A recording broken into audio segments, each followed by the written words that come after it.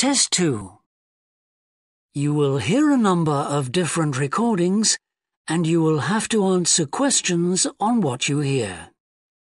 There will be time for you to read the instructions and questions, and you will have a chance to check your work.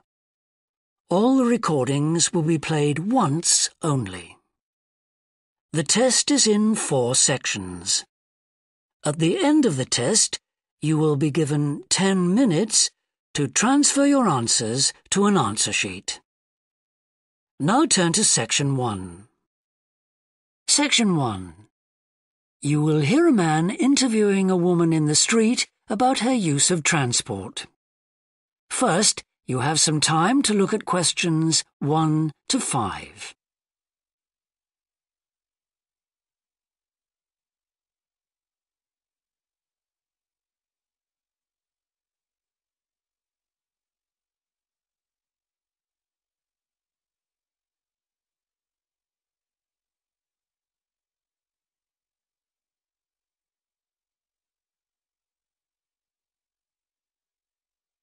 You will see that there is an example that has been done for you.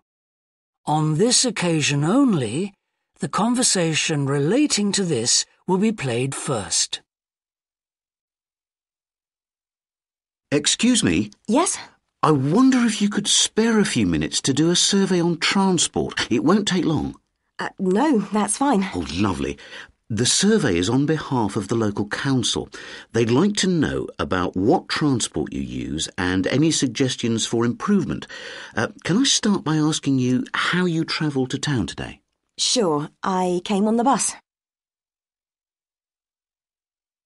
The woman travelled to town by bus, so bus has been written in the space. Now we shall begin. You should answer the questions as you listen, because you will not hear the recording a second time. Listen carefully and answer questions 1 to 5. Excuse me? Yes? I wonder if you could spare a few minutes to do a survey on transport. It won't take long. No, that's fine. Oh, lovely. The survey is on behalf of the local council. They'd like to know about what transport you use and any suggestions for improvement. Can I start by asking you how you travelled to town today?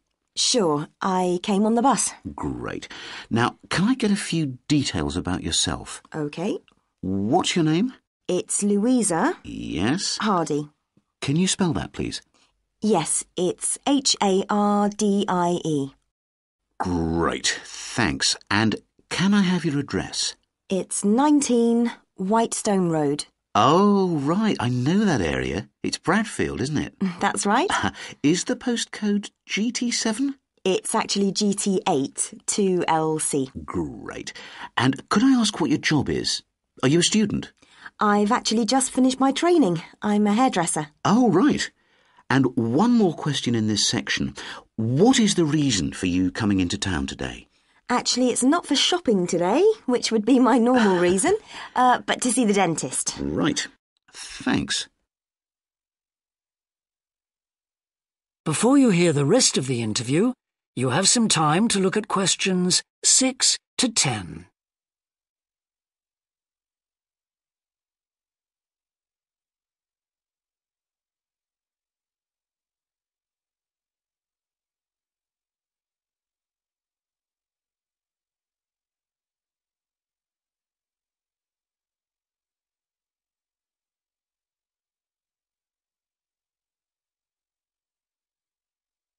Now listen and answer questions 6 to 10.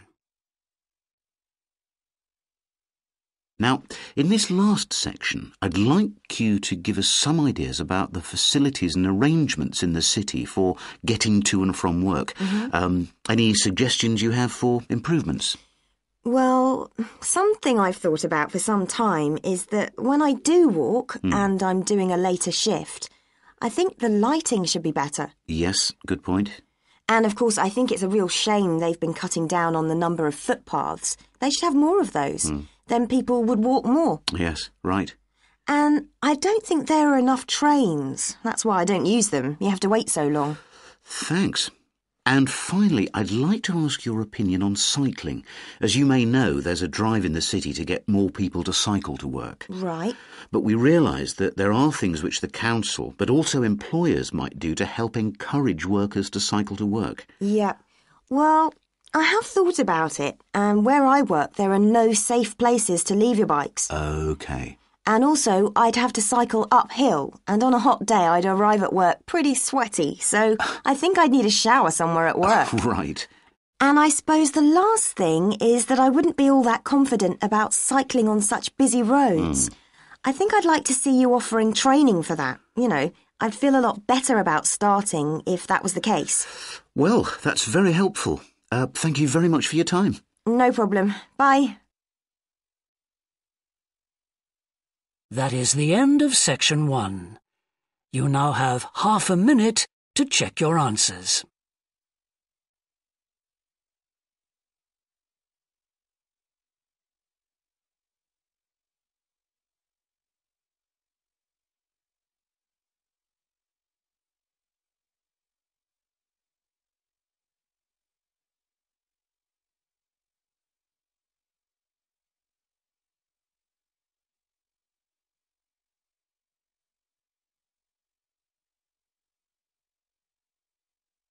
Now turn to section 2.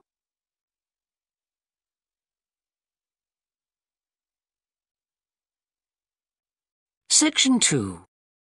You will hear a representative of a city council giving information about 2 new facilities which are opening soon in the city. First, you have some time to look at questions 11 to 14.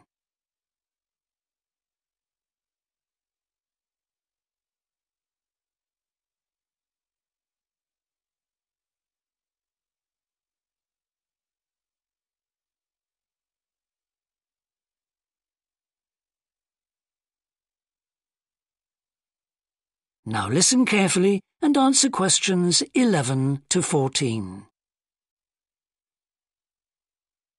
Good morning.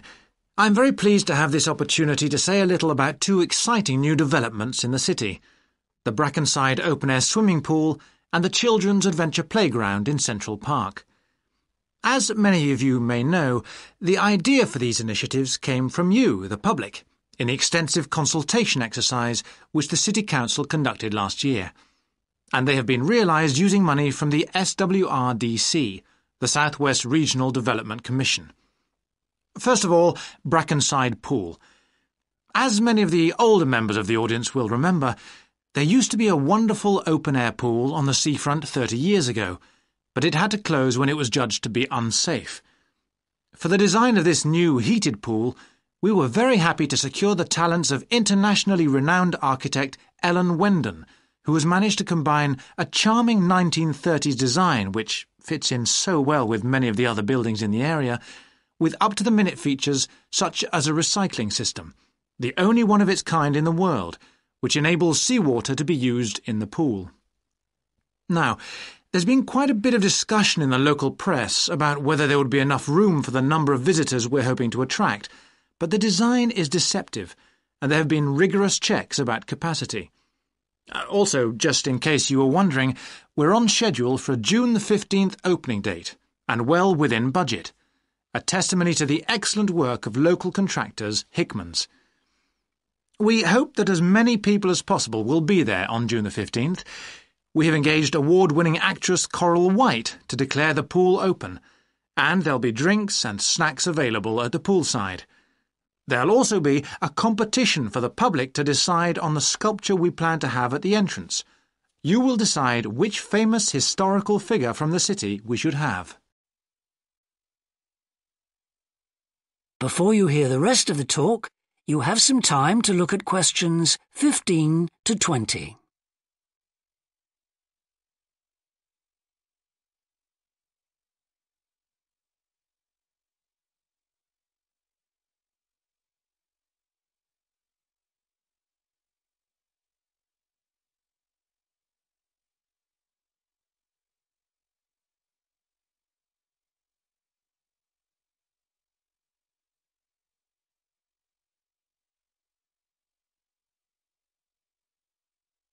Now listen and answer questions 15 to 20. And now, moving on to the Central Park Playground, which we're pleased to announce has just won the Douglas Award for Safety. The news came through only last week. The unique design is based on the concept of the global village, with the playground being divided into 6 areas showing different parts of the world, each with a representative feature. For example, there is a section on Asia, and this is represented by rides and equipment in the shape of snakes, orangutans, tigers and so on, fauna native to the forests of the region.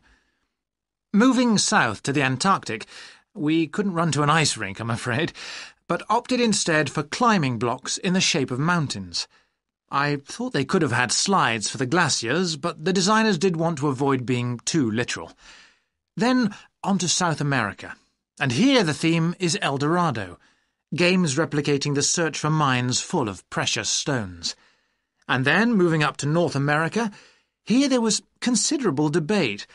I know the contribution of cinema and jazz was considered, but the designers finally opted for rockets and the International Space Station.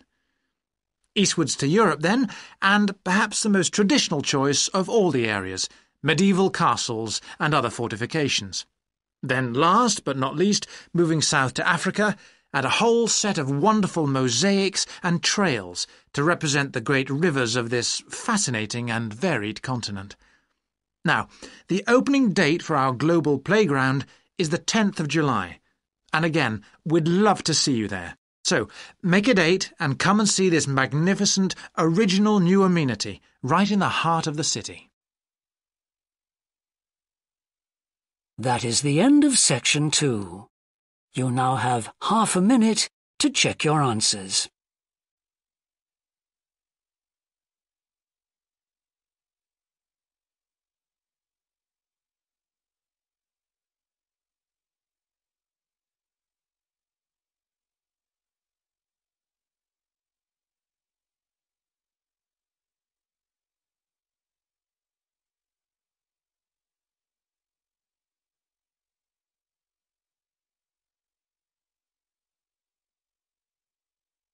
Now turn to section 3.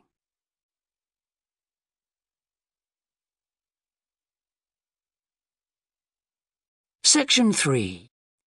You will hear 2 anthropology students called Victor and Olivia discussing their joint presentation about a Norwegian explorer called Thor Heyerdahl. First, you have some time to look at questions 21 to 24.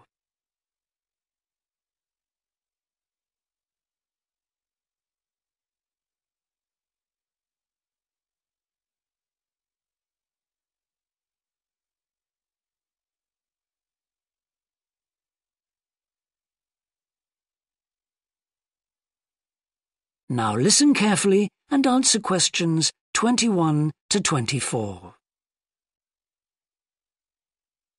Right, well, for our presentation, shall I start with the early life of Thor Heyerdahl? Sure. Why don't you begin with describing the type of boy he was, especially his passion for collecting things? That's right. He had his own little museum. And I think it's unusual for children to develop their own values and not join in their parents' hobbies. I'm thinking of how Heyerdahl wouldn't go hunting with his dad, for example. Yeah, he preferred to learn about nature by listening to his mother read to him. And quite early on, he knew he wanted to become an explorer when he grew up. That came from his camping trips he went on in Norway, I think. No, it was climbing that he spent his time on as a young man. Oh, right. After university, he married a classmate, and together they decided to experience living on a small island to find out how harsh weather conditions shaped people's lifestyles. As part of their preparation, before they left home, they learnt basic survival skills, like building a shelter. I guess they needed that knowledge in order to live wild in a remote location with few inhabitants, cut off by the sea, which is what they were aiming to do. An important part of your talk should be the radical theory Heyerdahl formed from examining mysterious ancient carvings that he happened to find on the island. I think you should finish with that. Okay. Before you hear the rest of the discussion, you have some time to look at questions 25 to 30.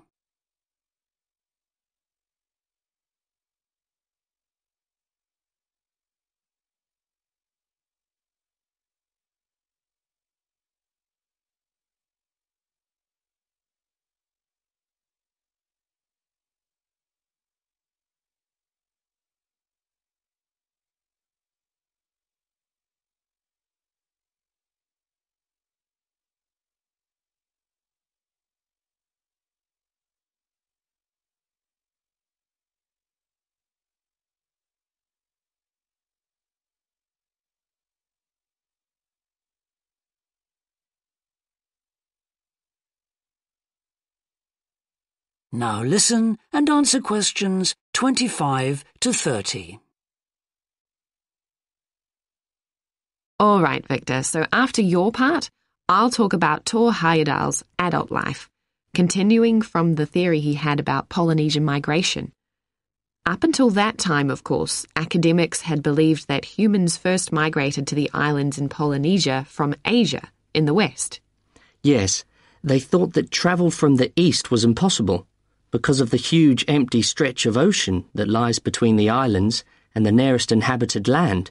Yes, but Heyerdahl spent ages studying the cloud movements, ocean currents, and wind patterns to find if it was actually possible. And another argument was that there was no tradition of large shipbuilding in the communities lying to the east of Polynesia.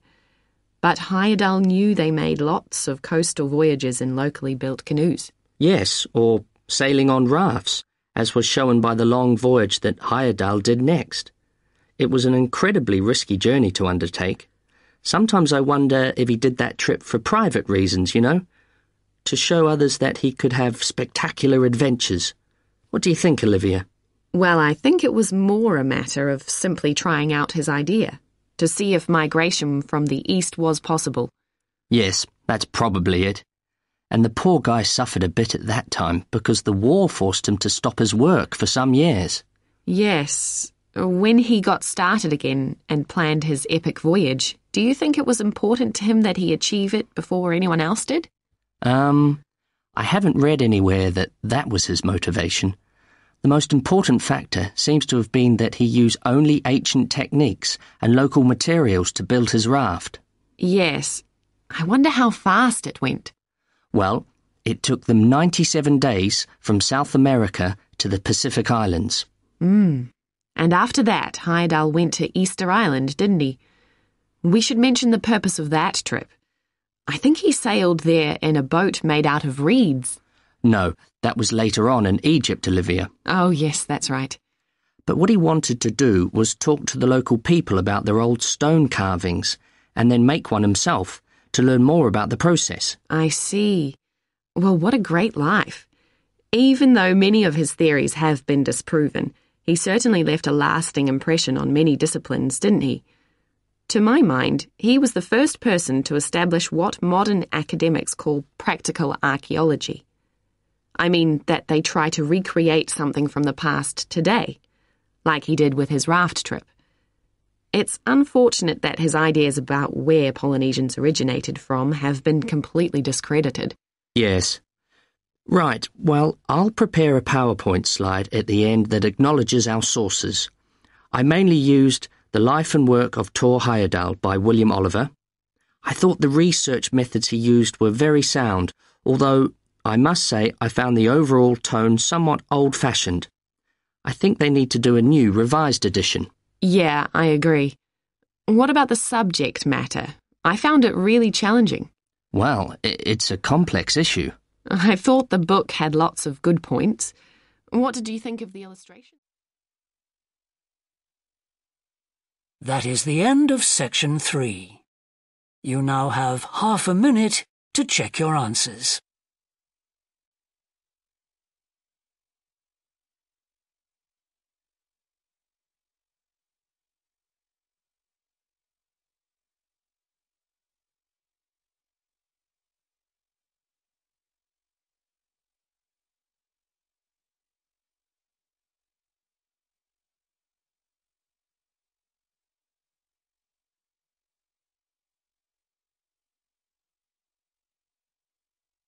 Now turn to Section 4.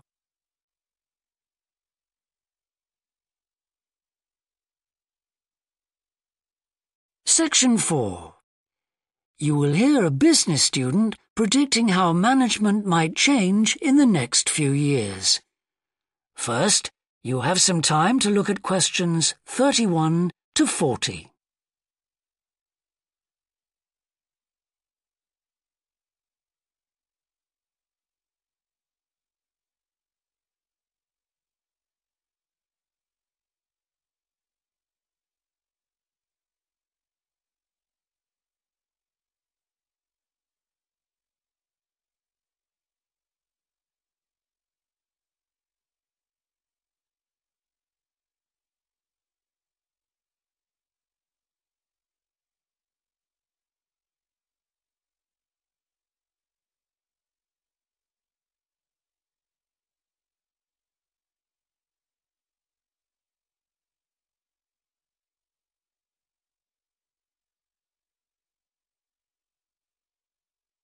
Now listen carefully and answer questions 31 to 40.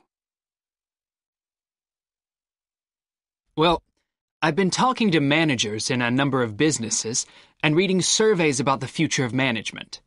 And what I'm going to present in this seminar is a few ideas about how the activity is likely to change in the next 10 years. It isn't a scientific statistical analysis, just some ideas for us to discuss. One area I want to mention is business markets, and I'm sure a really significant development will be a major increase in competition, with companies from all around the world trying to sell similar products. Consumers will have much more choice. For instance, food products sold in Australia might be manufactured in the USA, China, Finland, and dozens of other countries. At the same time, mergers and takeovers mean that governments are actually losing power to major global corporations. We can probably all think of companies that exert a great deal of influence, which may be good for consumers. A third point I want to make about markets is that in the rapidly expanding economies, such as India, China, Brazil, and Russia, demand is growing very fast. This is putting pressure on resources all over the world. I think businesses are becoming more open to external influences. In particular, companies are consulting customers more and more before making their business decisions. Companies are finding out what they want and providing it, instead of making products and then trying to sell them, which is the model of years ago. Another influence is that concerns about the environment will force manufacturers to extend product life cycles to reduce the amount of pollution and waste. And, in some cases, regulation will need to be strengthened. Many societies are much more fluid and democratic, and the structure of companies is changing to reflect that. I think we're going to see a greater emphasis within companies on teams created with a specific project in mind. And when they're completed, the teams will be disbanded and new ones formed. More and more people see work as simply one part of their lifestyle, and not the most important one. And as the workforce is shrinking in some countries, businesses are having to compete for staff instead of being able to choose among a lot of applicants. Typical examples that will attract and retain staff are traditional ones like flexible hours and, something that has been made possible by advances in technology, remote working, with people based at their home, abroad, or almost anywhere they choose.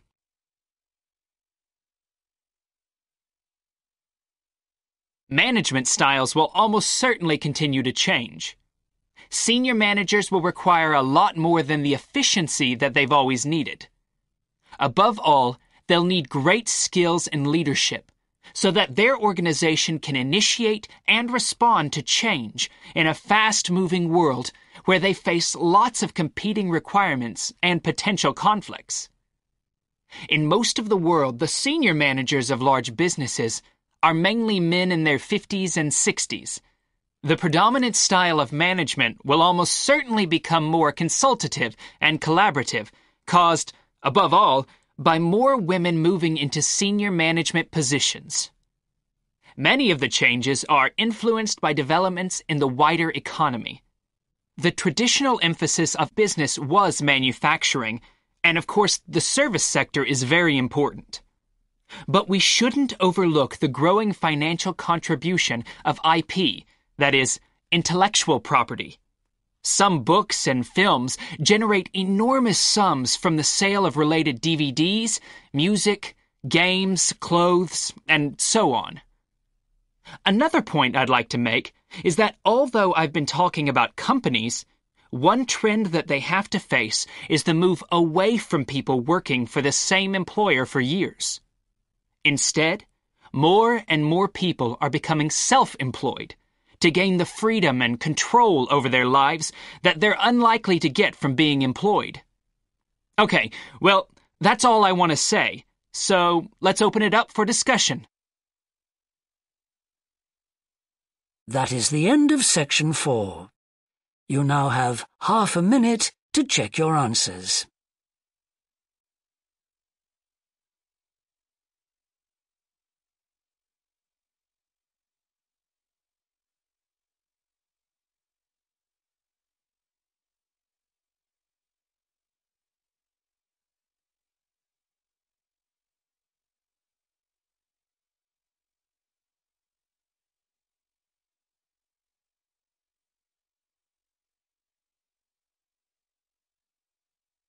That is the end of the listening test.